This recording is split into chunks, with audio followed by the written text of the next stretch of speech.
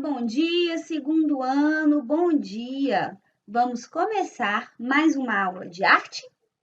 Hoje eu quero conversar com vocês sobre os diferentes tipos de sons que são ouvidos diariamente. Vamos começar? Um show musical, o trânsito, uma orquestra, a escola, a nossa casa, no trabalho ou em um consultório médico.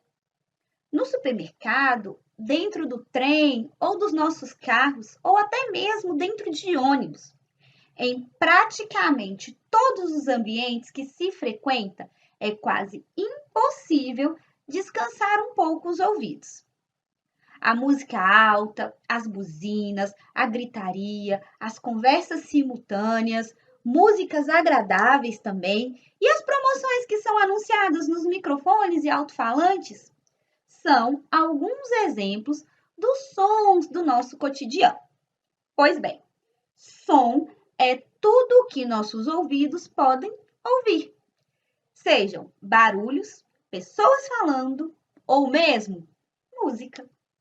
Os sons que nos cercam são expressões da vida, da energia, do universo, em vibração ali, em movimento. Experimente agora, por favor, fechar os seus olhinhos e ficar atento aos sons que nos cercam nesse momento.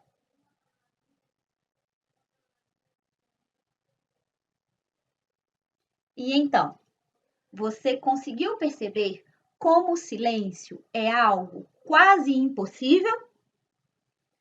Os cientistas nos ensinam que o som é o resultado da vibração das coisas, de tudo que existe na natureza, porque tudo que existe pode vibrar. E essas vibrações se propagam pelo ar ou por qualquer outro meio de condução e chegam até os nossos ouvidos. E aí são transmitidos para os nossos cérebros, para que possam ser identificados. A vibração regular desses objetos produz som em altura definida, em que você percebe como se fosse uma nota musical. E esses sons são chamados de sons musicais. Por exemplo, os sons produzidos por uma flauta doce ou outros instrumentos musicais. Conseguem compreender?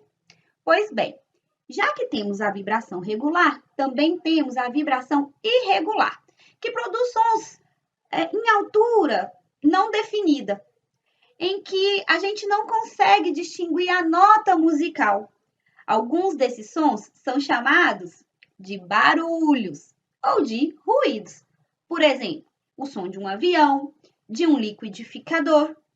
Alguns instrumentos de percussão, como tambores, também não possuem uma altura definida. Agora, vamos conhecer um pouco melhor os sons que nós encontramos por aí. Para identificar um som, nós temos que prestar atenção na intensidade. A intensidade é a propriedade que nos permite distinguir sons fortes de sons fracos. É o grau de volume sonoro. A intensidade do som depende da força empregada para produzir vibrações.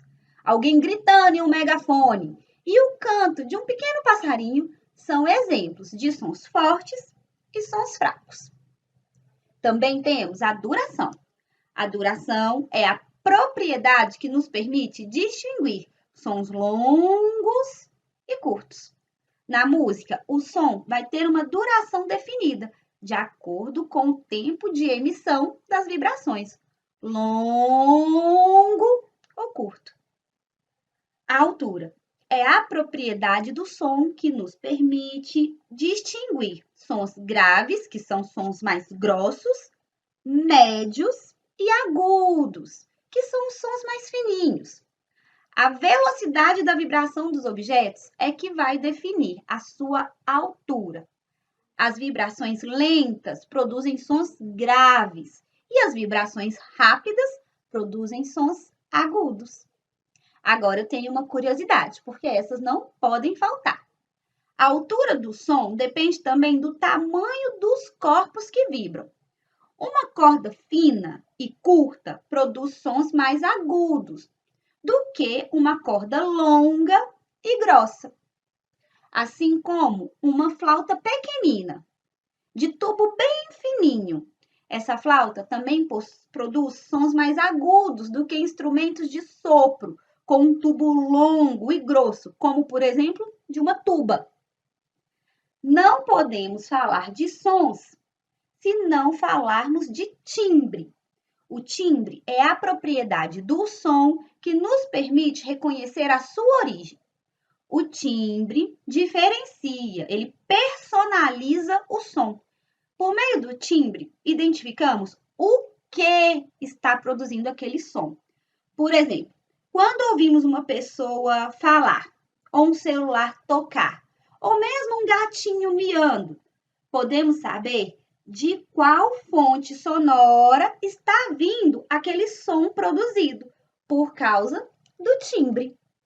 Para finalizar a nossa aula de hoje, eu vou deixar aqui um exercício de fixação.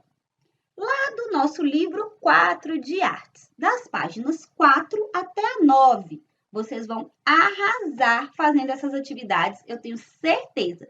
Vão aproveitando e vão curtindo os sons do ambiente da sua casa. Vai ser muito divertido. Vocês irão precisar de folhas de papéis diferentes. E vocês vão testar os sons que essas folhas podem produzir. E vão anotar o resultado dessa experiência no livro didático também. E agora você vai fazer um acordo comigo. Todas as vezes que você encontrar a palavra escola, você vai trocar pela palavra casa. E todas as vezes que você encontrar a expressão sala de aula, você vai trocar por exercícios de fixação. E assim você vai conseguir finalizar as suas atividades facinho, facinho. Por aqui eu vou me despedindo de vocês, mas a gente se encontra. Um super beijo! Tchau, pessoal!